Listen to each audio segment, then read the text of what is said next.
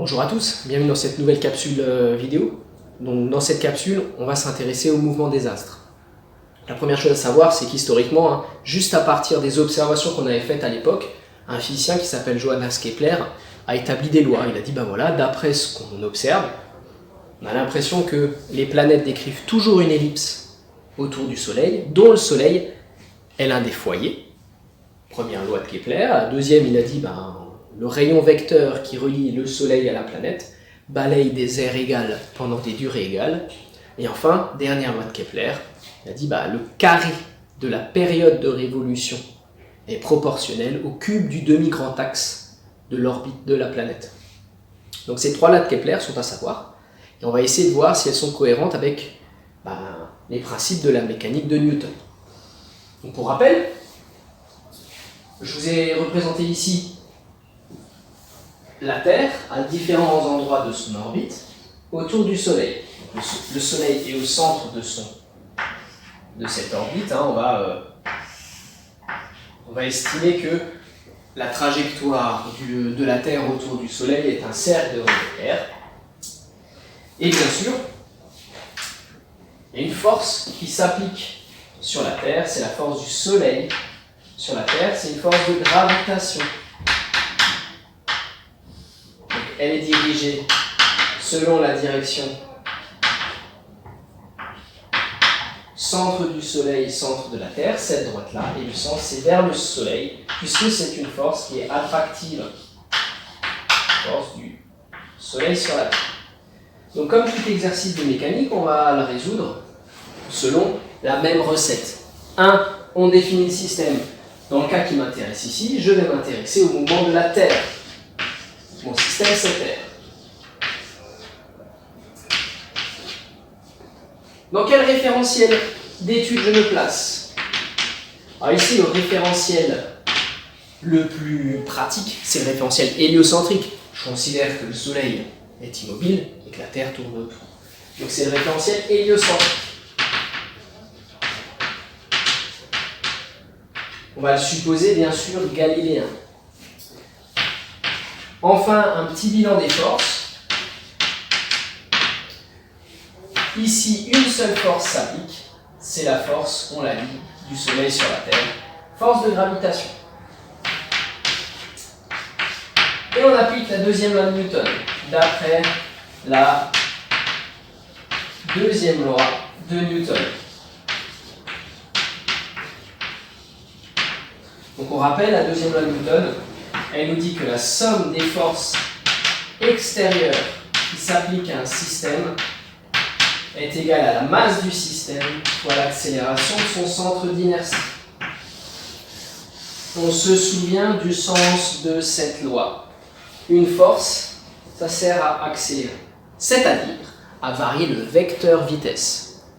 Varier un vecteur, ça veut dire soit changer sa direction, donc tourner, soit allonger le vecteur ou le raccourcir, c'est-à-dire aller plus vite ou moins vite. Une force, ça sert à tourner ou aller plus vite ou moins vite.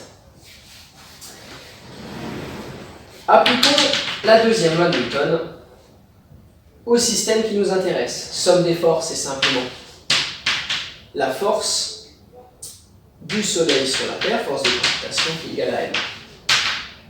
Et là, il y a un problème. Une caractéristique de cet exercice, c'est que contrairement aux exercices précédents qui étaient dans un champ de force uniforme, c'est-à-dire qu'il est soumis à une force qui a une direction constante et une bande constante, si ici je me place dans un repère comme d'habitude, je place par exemple l'origine au centre du Soleil, ici un axe Y vers le haut, un axe X comme ça vers la droite du schéma, et on se rend compte que la force ici, ses coordonnées dépendent de la position de la Terre autour du Soleil. Une façon simple de le dire, c'est que mettre le repère au centre du Soleil, ça ne va pas du tout être pratique pour les projections. En fait, la direction de la force ici, elle est toujours, on l'a dit tout à l'heure, sur la droite qui relie le centre du Soleil au centre de la Terre. Donc il faudrait trouver un repère ici qui est au moins un axe selon cette direction et un repère qui tournerait comme ça. Alors c'est le moment de faire un petit point de cours. En physique, il y a un repère qui va être pratique. C'est ce qu'on appelle le repère de Fresnel.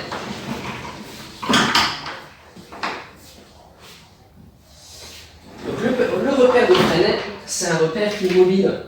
Quand vous avez, par exemple, un mobile qui suit une trajectoire comme ceci, par exemple, on va mettre là, hop,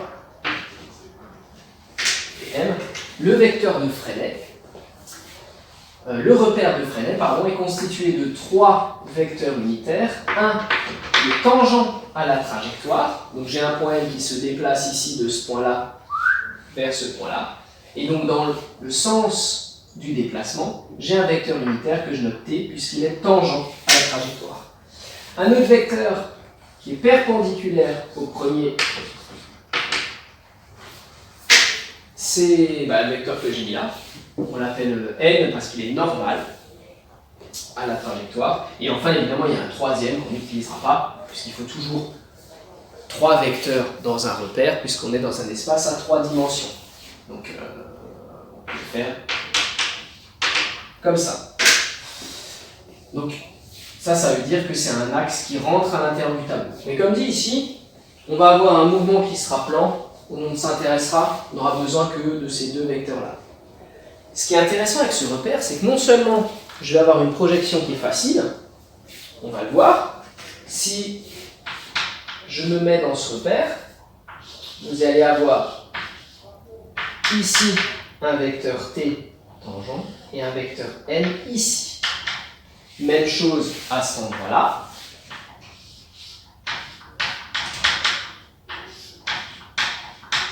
Même chose à cet endroit-là. Donc on voit qu'en fait, quand on va projeter la force dans ce repère, elle sera simplement suivant N. Donc ce sera déjà assez... voilà, pour la projection, c'est un repère qui est pratique. Le deuxième effet qui se coule, j'ai envie de vous dire, deuxième avantage, c'est que dans ce repère particulier, on a une expression qui est facile de la vitesse, et on a une expression qui est toujours la même de l'accélération. La vitesse, elle est forcément suivantée, puisque la vitesse est tangente à la trajectoire. Donc je peux écrire ça comme ça, le vecteur vitesse, c'est simplement la norme de la vitesse, v sans la flèche au-dessus, fois t, le vecteur unitaire. Il se trouve que si je dérive tout ça, j'obtiens une expression de l'accélération qui ressemble à ça. Donc l'accélération, c'est un terme suivant t, plus un terme suivant n. On retrouve des choses qu'on a déjà discutées, c'est que quand vous avez une accélération qui est dans le sens du déplacement, elle aura un effet sur la norme de la vitesse. Okay, si tu as une accélération suivant t uniquement, c'est-à-dire si ce terme est nul, et ben, elle va servir à faire varier, correspond à une variation de norme de la vitesse. Si maintenant tu as une accélération qui est que suivant n, d'accord, c'est-à-dire ce terme nul, cette fois-ci, cette accélération ne va pas se traduire par la variation de la norme de la vitesse, mais par la variation de sa direction. Et on se rend compte que plus ici le rayon de courbure de la trajectoire est élevé, plus l'accélération sera faible. C'est-à-dire que si tu as quelque chose qui tourne très très très doucement, ben, l'accélération n'est pas très grande. Par contre, si tu as un petit r ici, ça veut dire que tu tournes extrêmement en peu de temps, donc tu as une accélération qui est plus grande. Cette expression, elle est à retenir. Tu la mets dans ta calculatrice, tu te la graves sur l'avant-bras, tu fais ce que tu veux, mais c'est à retenir. Et ça va énormément nous aider. Donc si j'applique ça à l'exercice qui est le nôtre, je peux déjà remplacer l'accélération par son expression. Donc c'est m, l'accélération on a dit, variation de la norme de la vitesse par rapport au temps suivant le vecteur tangent, plus v carré sur r suivant le vecteur normal. La force, si je la projette, on a vu, elle est suivant le vecteur n. Donc pour rappel, la force de gravitation du Soleil sur la Terre a pour norme grand G constante universelle de gravitation fois masse du Soleil fois masse de la Terre, que j'ai noté m tout à l'heure, sur la distance entre les deux, ici c'est ce que j'ai noté r, le rayon de la trajectoire, au carré. Quand je le projette, ben on se rend compte que cette force elle est suivant petit n. Et donc au final, dans le repère de Freinet, la deuxième loi de Newton s'écrit de cette manière-là. On se rend compte que ici, de ce côté d'égalité, j'ai qu'un terme suivant n, alors que de ce côté, j'ai un terme suivant n et un terme suivant t. Bon, bah, qu'est-ce que ça veut dire? C'est-à-dire que tout ce qui est suivant t, ça vaut 0. Donc m dv sur t, ça fait 0. Ok? Ça fait 0. Mais alors, c'est pas la masse qui est nulle, forcément.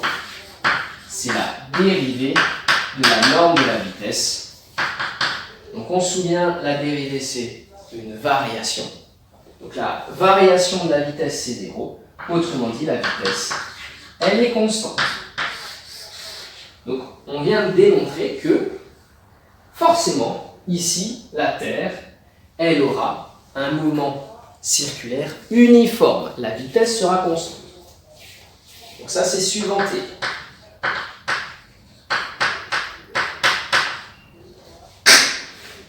Regardons maintenant tout ce qui se passe sur suivant n. Suivant n, qu'est-ce qui se passe? Eh bien, j'ai ce terme-là qui vaut m fois v carré sur r. Donc, grand G, masse du Soleil, petit m sur r carré, égale m v carré sur r. Première chose qu'on constate, c'est que les masses ici, la masse de la Terre se simplifie, elle n'intervient plus dans l'équation, on retrouve quelque chose qui est analogue à la chute libre.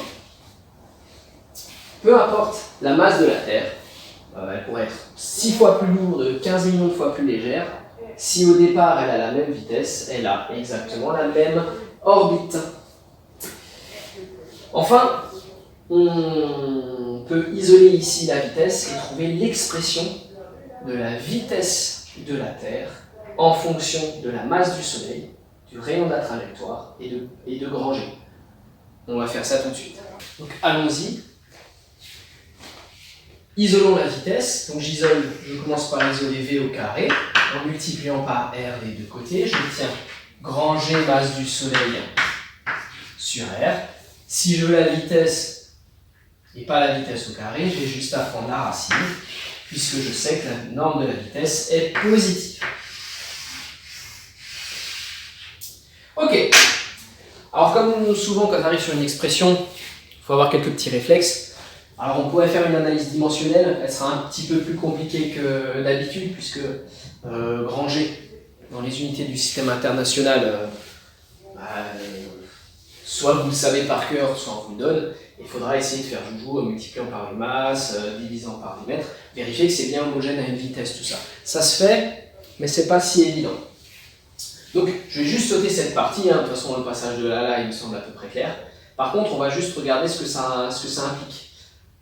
Déjà, plus le Soleil est lourd, plus la vitesse est élevée. Ça veut dire que si maintenant je remplaçais le Soleil ici par une étoile beaucoup plus massive ou par un trou noir. Ok, maintenant, un trou noir, mais plus massif, pas de même masse. Plus massif, qu'est-ce qui se passe pour la Terre? Eh bien, la Terre, elle tourne, mais à plus grande vitesse. On remarque aussi que si je garde le même Soleil, plus le rayon de la trajectoire est petit, plus la vitesse est élevée. Donc on s'attend à ce que, par exemple, Mercure, qui est juste à côté du Soleil, tourne plus vite que la Terre, qui en est plus éloignée. Et que Jupiter, qui est plus éloigné du Soleil que la Terre, tourne avec une vitesse qui est plus faible. Okay, et ça, on peut le vérifier expérimentalement. Une autre chose qu'on peut vérifier, c'est la troisième loi de Kepler. On se souvient, la troisième loi de Kepler, elle dit que la période de révolution, donc le temps que met la planète à faire un tour sur son orbite au carré, elle est proportionnelle, donc c'est une constante, fois le cube du demi-grand axe. Ou comme on l'écrit souvent, t carré sur a au cube c'est une constante. Alors ici, on n'a pas de demi-grand axe, puisqu'on est dans un cas particulier d'ellipse, qui s'appelle simplement un cercle. Et donc dans ce cas-là, ce qu'on appelle le demi-grand axe, c'est simplement le rayon. Donc la troisième loi de Kepler appliquée à un mouvement qui est circulaire, à la place ici d'avoir A, j'ai simplement le rayon. Donc il faut essayer de montrer ça, que période de révolution carrée sur le rayon cube, c'est égal à une constante. Allons-y. Alors que vaut la période de révolution? On a la vitesse, on sait qu'elle est constante. Ben, pour connaître la durée, il suffit de savoir quelle est la distance à parcourir. Ben, en gros, c'est le périmètre de ce cercle. Donc le périmètre d'un cercle, pour mémoire, donc distance à parcourir pour une orbite, comme ça, c'est 2πr. Ok? La vitesse, on l'a ici. Donc la durée pour parcourir une orbite, c'est simplement ici distance sur vitesse, 2πr divisé par racine de grand G ms sur R. Et là, on va essayer de retrouver quelque chose qui a cette forme-là. Donc déjà, je vais mettre au carré, ça va me faire plaisir parce que ça va enlever la racine qui est ici. T au carré, ça va me faire, donc ce côté-là est également au carré. Donc 4π carré R carré sur, et ça enlève la racine, grand G ms sur R. Et là, ça commence à sentir bon. Qu'est-ce que ça va donner ici au dénominateur? Divisé par une fraction, c'est comme multiplié par l'inverse. Donc j'ai le droit d'écrire que ça, c'est comme 4π carré R carré sur GMS fois R. Ou, si tu préfères, pour que ce soit plus rigoureux ce que j'ai dit, je multiplie par l'inverse, donc fois R sur GMS. Okay. Et tu vas voir apparaître ici un R au cube. Okay. Donc, hop. Et si je passe ici le R au cube de ce côté, je divise tout par R au cube, je vais trouver que T carré sur R au cube, c'est égal à 4π carré sur grand G, masse du Soleil. On retrouve bien une constante qui dépend en fait que d'un seul paramètre, c'est la masse du Soleil. De façon générale, quand on fera exactement le même, quand vous ferez exactement la même démonstration mais avec des satellites qui tournent autour d'une planète, la masse qui intervient ici, c'est toujours la masse de l'astre attracteur. Donc là, c'est la masse du Soleil, puisqu'on s'intéresse à une planète qui tourne autour du Soleil. Le jour où on s'intéresse par exemple à un satellite qui tourne autour de la Terre, ce qui apparaît ici, c'est la masse de la Terre. Cette expression, elle peut être utilisée pour calculer la masse des étoiles. On ne peut pas peser une étoile avec une balance, personne ne va mettre une balance sous une étoile, même sous une planète. En fait, une façon de faire, c'est, tu prends une planète, tu prends Jupiter par exemple, il y a des satellites qui tournent autour de Jupiter. Tu peux mesurer la période de révolution du satellite autour de Jupiter, tu peux mesurer le rayon de l'orbite du satellite autour de Jupiter, tu peux calculer ce truc-là et en déduire à la masse de Jupiter. C'est comme ça qu'on pèse une planète. Ce qui devient plus compliqué, c'est si elle n'a pas de satellite, cette planète. Ou si une étoile, on n'arrive pas à voir les planètes qui sont en train d'orbiter autour. Dans ce cas-là, c'est plus compliqué de calculer une masse, ça se fait quand même, mais au niveau des incertitudes, il me semble qu'il y a une différence. Donc vous essayez de regarder, essayez de chercher sur Wikipédia, il y a des caractéristiques, par exemple de la masse du Soleil, qu'on sait avec une précision quand même relativement bonne, Jupiter, Saturne, etc., etc. C'est comme ça qu'on fait. Et cet exercice, grosso modo, il s'arrête là. Okay. Les exercices classiques là-dessus, il y en a un qu'il faut savoir faire, c'est le satellite géostationnaire. C'est s'intéresser au mouvement d'un satellite qui tourne autour de la Terre. Et le seul truc qui est particulier avec le satellite géostationnaire, c'est que le temps qu'il fasse un tour sur son orbite, la Terre a fait un tour sur elle-même. Donc tu as une valeur particulière de T ici. Et donc tu as une valeur particulière de T qui est imposée. Il est géostationnaire si T, ça vaut à peu près 24 heures. La masse ici, enfin tout ça c'est une constante, et donc on peut calculer que forcément tous les satellites géostationnaires, ils sont à une certaine distance du centre de la Terre. Il y a une orbite là où tous les satellites géostationnaires se trouvent. S'ils sont plus loin, ils vont tourner pas assez vite, s'ils sont moins loin, ils vont tourner trop vite, etc.